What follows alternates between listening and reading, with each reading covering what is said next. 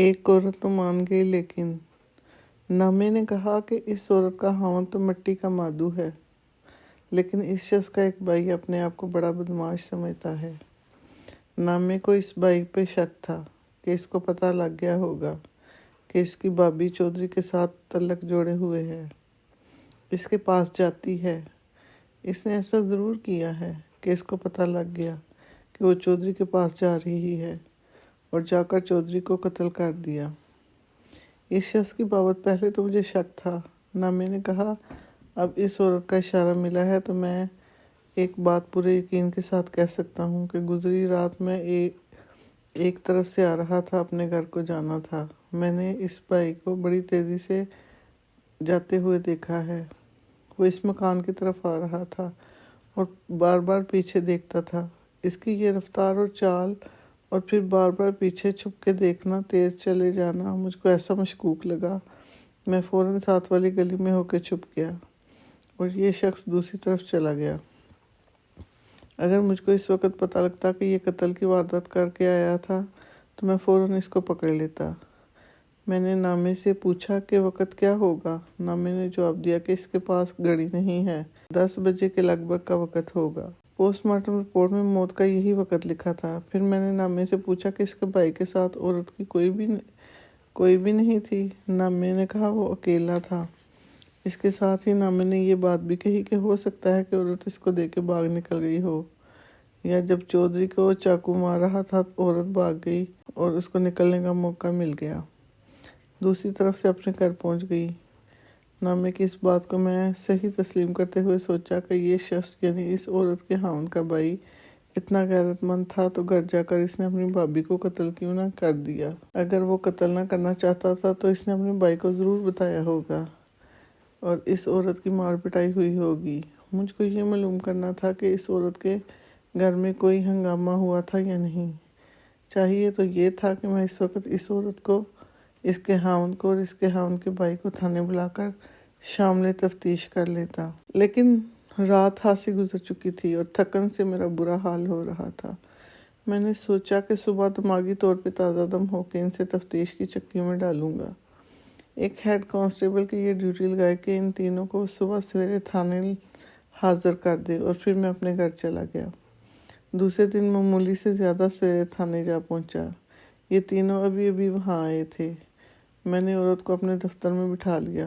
اس کی عمر 30 سال سے شاید ایک آدھ سال کم ہوگی۔ وہ خوبصورت عورت تھی۔ اس کا رنگ گورا تو نہیں تھا، لیکن ذرا گندمی تھا، اور جوانی کی چمک ایسی تھی کہ یہ رنگ بہت ہی بھلا لگتا تھا۔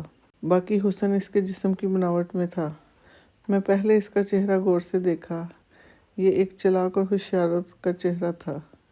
اس چہرے پہ گھبراہٹ اور نہ جانے کیسا تاثر غالب تھا، لیکن اس تاثر سے اس کے فطری چالاکی چھپ نہیں سکتی تھی۔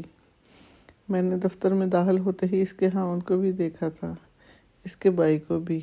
اس عورت سے پوچھا، یہ جو باہر 2 آدمی بیٹھے ہوئے ہیں، اس میں اس کا خاوند کون سا ہے اور بھائی کون سا ہے؟ اس نے بتایا کہ فلاں رنگ کے کپڑوں والا گول مٹول اور چھوٹے قد والا شخص اس کا خاوند ہے۔ میں جان گیا کہ یہ عورت اس قسم کے خاوند کو پسند کر ہی نہیں سکتی تھی۔ اس شخص کے مقابلے میں اس کا چھوٹا بھائی دراز قد اور کچھ خوبرو تھا۔ میں نے ایک نگاہ میں ہی دونوں کو دیکھ لیا تھا۔ اس عورت کو اس کے دیور کی بیوی ہونا چاہیے تھا۔ مجھے آپ نے کیوں بلایا ہے؟ اس عورت نے کہا، میں تو کہیں کی نہیں رہی، آپ مجھ کو چوری چھپے الگ بلوا لیتے، جو پوچھتے ہیں بتا دیتی۔ میں نے اس کو بڑے اچھے لہجے میں بتایا کہ ایک آدمی کا قتل ہو گیا ہے اور انگریزوں کا قانون اتنا سخت ہے کہ میں قاتل کو نہ پکڑ سکوں تو انگریز میری وردی اتار کے مجھ کو تھانے میں بند کر دیں گے۔ میں نے ان کو یہ بھی کہا کہ ہر بات بالکل سچ سچ بتائے تو میں اس کی عزت پر پردہ ڈال لوں گا، مشہور کر دوں گا یہ تو بڑی نیک عورت ہے۔ اگر اس نے جھوٹ بولا اور مجھے چکر دینے کی کوشش کی تو پھر وہ اس تھانے سے باہر گھر واپس نہیں جا سکے گی۔ وہ بتا نہیں سکتا اس کے ساتھ اس کا خاوند و دیور کا کیا حشر ہوگا۔ پہلی بات یہ بتاؤ، میں نے پوچھا، چودھری اکرم کے ساتھ تمہارا کیا رشتہ ہے؟ اس نے آہستہ سے سر اوپر اور نیچے ہلایا اور اقرار کیا کہ مقتول کے ساتھ اس کا تعلق تھا۔ फिर ये पूछा कि थोड़ा ही अरसा पहले मकतूल की बीवियों ने इसको घर के ऊपर वाले कमरे में पकड़ा था। इसका भी इसने इकरार कर लिया। फिर इसकी कलाइयाँ देखी। इसने चूड़ियाँ तो चढ़ा रखी थी, लेकिन इस रंग की एक भी चूड़ी नहीं थी जिस रंग की चूड़ियों के टुकड़े जाए वकुआ से मिले थे। ये तो मुझे यकीन था कि वहाँ कोई औरत नहीं गई थी। इस यकीन की वजह ये थी कि वहाँ कोई जनाना खुर्रा नहीं था। अब मैंने सोचा कि वहाँ खुर्रों का हजूम था और खुर्रे गुडमुड भी थे। ये भी तो मुमकिन है कि जनाना खुर्रे इन खुर्रों में दब गए हों। ये सोचकर मैंने औरत से इस सवाल पूछना ज़रूरी समझा। इस औरत का नाम मेरी डायरी में नहीं लिखा हुआ, इसके वास्ते मैं इसको ज़रीना कहूँगा। शाबाश, मैंने इसकी हौसला अफजाई करते हुए कहा। अब भी झूठ ना बोलना, फिर देखोगी कि मैं तुम पर किस तरह पर्दे डालता हूँ। गुज़श्ता रात तुम इस गिरे हुए मकान में गई थी जहाँ चौधरी इकराम की लाश मिली थी? नहीं नहीं, इसने अपने दोनों हाथ आगे करके ज़ोर ज़ोर से हिलाते हुए बड़े ही जोशीले लहजे में कहा। कुरान की कसम, अल्लाह पाक की कसम, ये बिल्कुल झूठ है। मैं वहाँ गई ही नहीं। मैंने इतनी शर्म वाली बात आपको बता दी कि चौधरी के साथ मेरा नाजायज़ दोस्ती है। इससे आगे और क्या होगा? अगर ये सच होता तो मैं बता देती कि चौधरी के बुलाने पे इसके मकान में गई थी। इसके इनकार को मैंने इतनी जल्दी तस्लीम नहीं कर सकता था। वो तड़प उठी और उछल रही थी। इसने फिर भी कहा कि चौधरी के पास इसके मकान में जाने की इसको क्या पड़ी थी, जबकि चौधरी अपने कमरे में बुला लेता था। वहाँ बड़ा ही कीमती पलंग और बड़े ही अच्छा बिस्तर था। चौधरी इस खंडर में जाने वाला आदमी नहीं था। इसके नीचे और ऊपर वाले कमरे के फर्शों पर दरियाँ कलीन बिछे हुए हैं। वो भला इस उजड़े हुए मकान में क्यों जाता? जरीना के इनकार का अंदाज़ा इसका इस तरह तड़पना साफ बता रहा था कि वो सच कह रही है, लेकिन मैं अभी इस पर एतबार नहीं कर रहा था। मैंने और ज़्यादा दबाव डालना शुरू किया। और फिर गए रात को तो मैं घर से निकल ही नहीं सकती थी। इसने कहा, मेरा देवर बाहर बैठा है, इससे पूछ लें। कल शाम खाने के बाद इसको उल्टियाँ शुरू हो गईं। इसको मैंने दालचीनी और पुदीने का कहवा बना के पिलाया, लेकिन उल्टियाँ कम ना हुई। इसका भाई जो कि मेरा हाउंद है दौड़ा गया और हकीम को बुला लाया। हकीम ने इसको दवाई दी, तब जाकर देखा कि इसको तेज़ बुखार भी था। इसकी अपनी बीवी मर गई है। इसकी हम दूसरी शादी करेंगे। मैं इसका सर दबाती रही और जो कुछ कहता रहा करती रही और इसकी उल्टियाँ कम हो गई। इस तरह आधी रात हो गई। ये सोया तो फिर मैं सोई। हमें तो इसकी परेशानी पड़ी थी।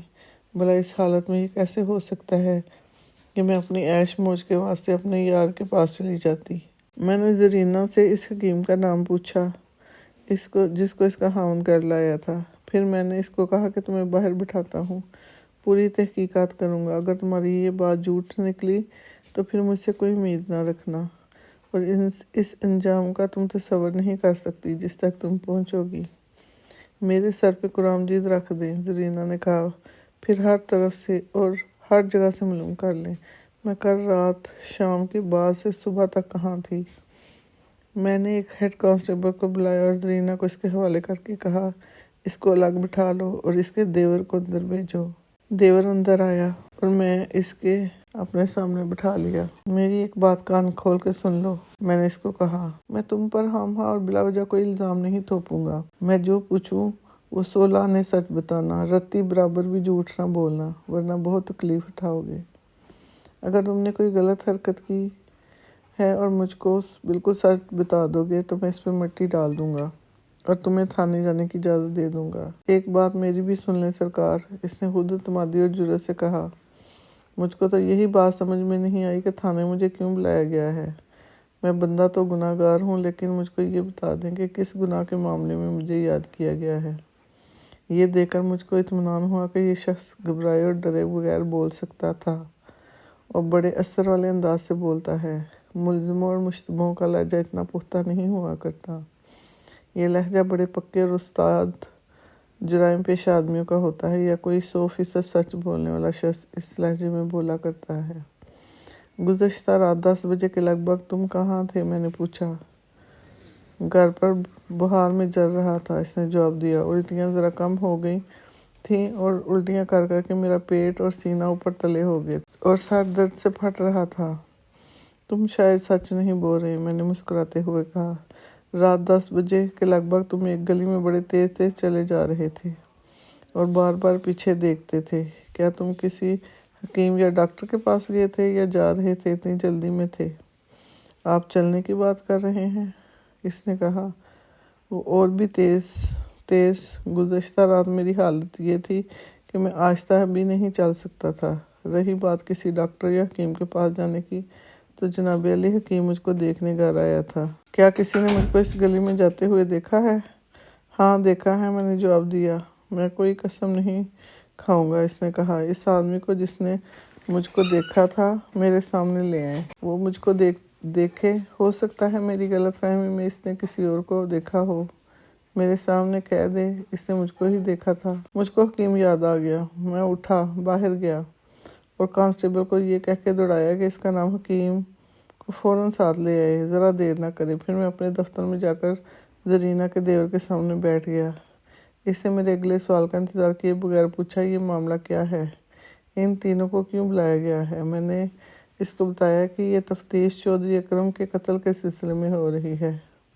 इसने पूछा कि इस वारदात के साथ इसका क्या तल्लुक़ हो सकता है। मैंने इसको साफ अल्फाज में बताया कि जरीना का तल्लुक़ चौधरी इकराम के साथ था और ये कैसा तल्लुक़ था वो ज़रूर जानता होगा, इस वास्ते कि ये मशहूर बात थी। इसका सर झुक गया और ज़रा देर बाद इसने सर उठाया। इसके चेहरे पर नदामत का असर था। मुझको नहीं मालूम, इसने कहा। आप कहते हैं तो मान लेता हूँ, लेकिन चौधरी अकरम गई रात कत्ल हुआ है। क्या आप ये कहना चाहते हैं कि मैंने इसको कत्ल किया है और कत्ल की वजह यह है कि इसने मेरी भाभी के साथ नाजायज़ ताल्लुक़ रखा हुआ है? तुम खुद अक्लमंद वाले हो, मैंने कहा। मेरा शुबा भी यही है। क्या तुम इससे मनवा सकते हो? मेरा शुबा गलत है। हाँ जनाब अली, इसने बड़े पुख्ता लहजे में कहा। अगर चौधरी एक दिन पहले या 2-4 रातें पहले कत्ल होता तो मुझ पे शुबा किया जा सकता था, लेकिन गई रात तो मुझको अपनी जान के लाले पड़े हुए थे। मैं अपने घर में रहा और जरीना भी मेरी देखभाल कर रही थी और मेरी खिदमत के वास्ते घर पे ही थी। मेरा भाई भी घर पे ही रहा। आप इस हकीम को बुलवाएं जो मुझको देखने आया था, वो आपको मेरी हालत बताएगा। इस वक्त भी मुझको बुखार लगता है। मैंने इसके बाजू की नब्ज़ वाली जगह पे पकड़ा तो बाजू गर्म था, बुखार लगता था। मैं सोच ये रहा था कि नामा मेरे आगे झूठ बोलने वाला आदमी नहीं था।